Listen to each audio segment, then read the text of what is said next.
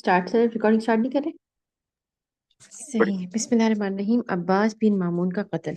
उजैफ जी जी यहीं से पढ़ना है ना। हाँ सही। अब्बास बिन मामून का कत्ल। उजैफ व अफशीन दोनों सिपह सालारों में रकाबत थी। खलीफा मुतसिम उजैफ के कामों में अक्सर नुक्ताचीनी किया करता था और अफशीन के मुकाबले में इसकी बेकदरी और बेइज्जती होती थी। इसका नतीजा ये हुआ कि उजैफ की वफादारी में फर्क आ गया और वो खलीफा मुतसिम के खिलाफ मंसूबे का गांठने लगा। चुनाचे बिलाद रूम पर चढ़ाई के वक्त उसने अब्बास बिन मामून से, जो इस सफर में साथ था, कहा कि आपने बड़ी गलती की कि मुतसिम के हाथ पे बैत की।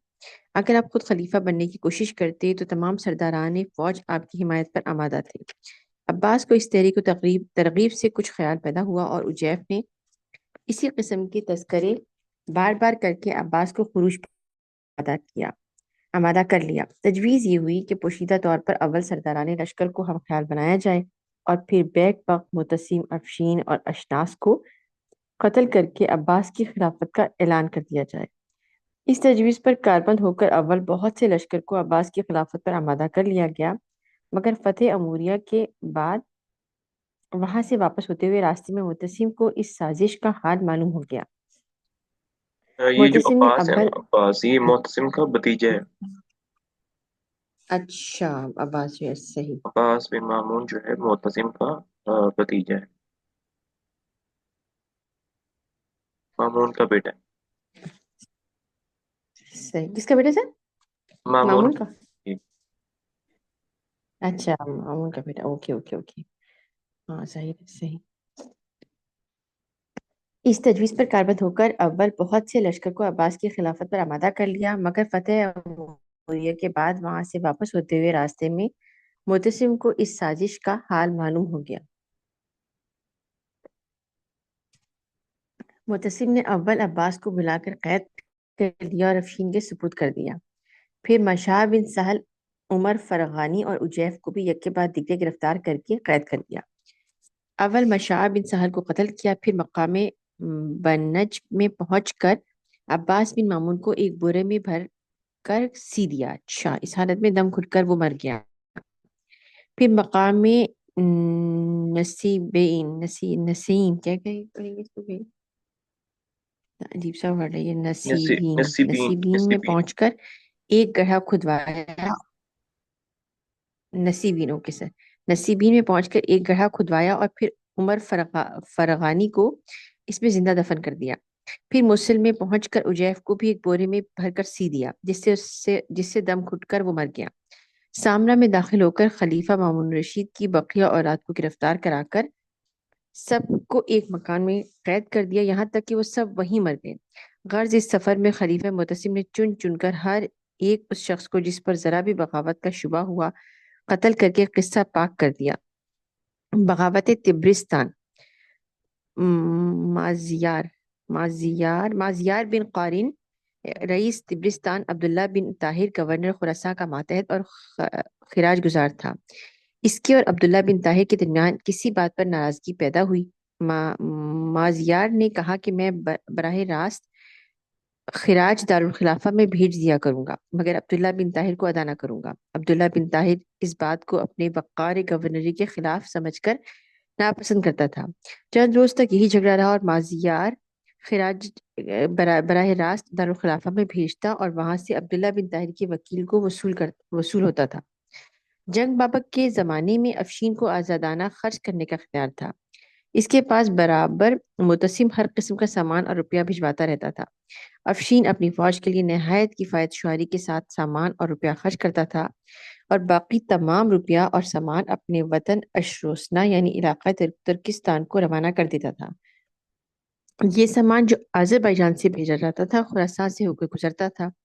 अब्दुल्ला बिन ताहिर को जब ये मालूम हुआ कि अफशीन बराबर अपने वतन को सामान रसद, सामान हर्ब और रुपया भिजवा रहा है, तो उसको शुबा पैदा हुआ। उसने इन सामान ले जाने वालों को गिरफ्तार करके कैद कर दिया और तमाम सामान और रुपया छीन कर अपने कब्जे में रखा और अफशीन को लिख भेजा कि आपके लश्कर से कुछ लोग इस कदर सामान लिए हुए जा रहे थे, मैंने उनको गिरफ्तार करके कैद कर दिया है और सामान अपनी फौज में तकसीम कर दिया है। क्योंकि मैं तुर्किस्तान पर चढ़ाई की तैयारी कर रहा हूँ, اگرچہ ان لوگوں نے یہ کہا کہ ہم چور نہیں ہیں اور اپنے آپ کو آپ کا فرزدادہ بتایا، لیکن ان کا یہ بیان قطعاً غلط اور جھوٹ معلوم ہوتا ہے، کیونکہ اگر یہ چور نہ ہوتے تو آپ مجھ کو ضرور اطلاع دیتے۔ اس خط کو دیکھ کر افشین بہت شرمندہ ہوا اور عبداللہ بن طاہر کو لکھا کہ وہ لوگ چور نہیں ہیں بلکہ میرے ہی فرزدادہ تھے۔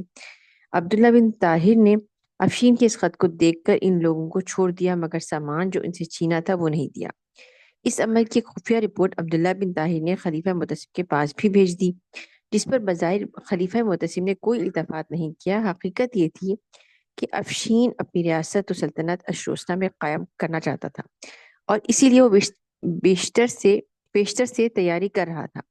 جب افشین جنگ بابک سے فارغ ہو کر سامرا میں واپس آیا تو اس کو توقع تھی کہ خلیفہ معتصم مجھ کو خراساں کی گورنری عطا کرے گا، اور اس طرح مجھ کو بخوبی موقع مل جائے گا کہ میں اپنی سلطنت و حکومت کے لیے بخوبی تیاری کر سکوں۔ لیکن خلیفہ معتصم نے اس کو آرمینیا و آذربائیجان کی حکومت پر معمور کیا، اور امید خراساں کا خون ہو گیا۔ اس کے بعد جنگ روم پیش آئی۔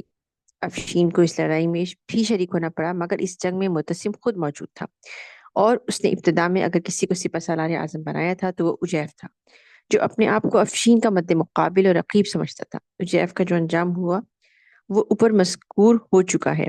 اب افشین نے ایک اور تدبیر سوچی، وہ یہ کہ مازیار حاکم طبرستان کو پوشیدہ طور پر ایک خط بھیجا اور عبداللہ بن طاہر کے مقابلے پر ابھارا۔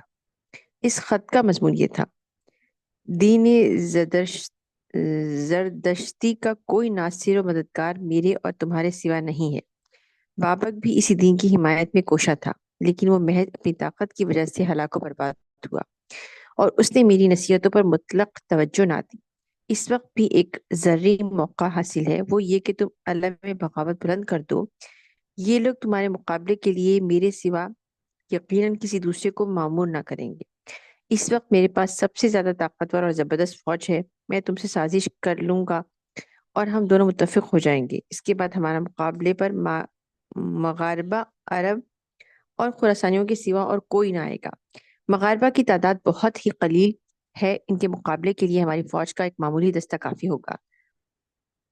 عربوں کی حالت یہ ہے کہ ایک لقمہ ان کو دے دو اور خوب پتھروں سے ان کا سر کچلو۔ خراسانیوں کا جوش دودھ کا سا ابال ہے، اٹھا اور پھر ہو گیا۔ اللہ اکبر!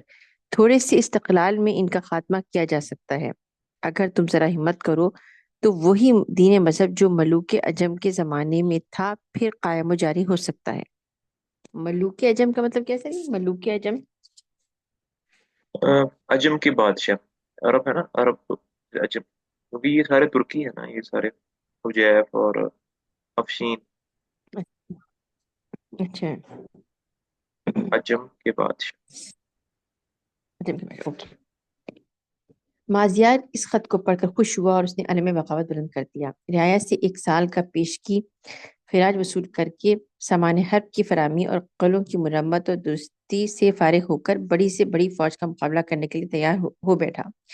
عبداللہ بن طاہر کو جب مازیار کی بغاوت اور سرکشی کا حال معلوم ہوا تو اس نے اپنے چچا حسن بن حسین کو ایک لشکر کے ساتھ اس طرف روانہ کیا۔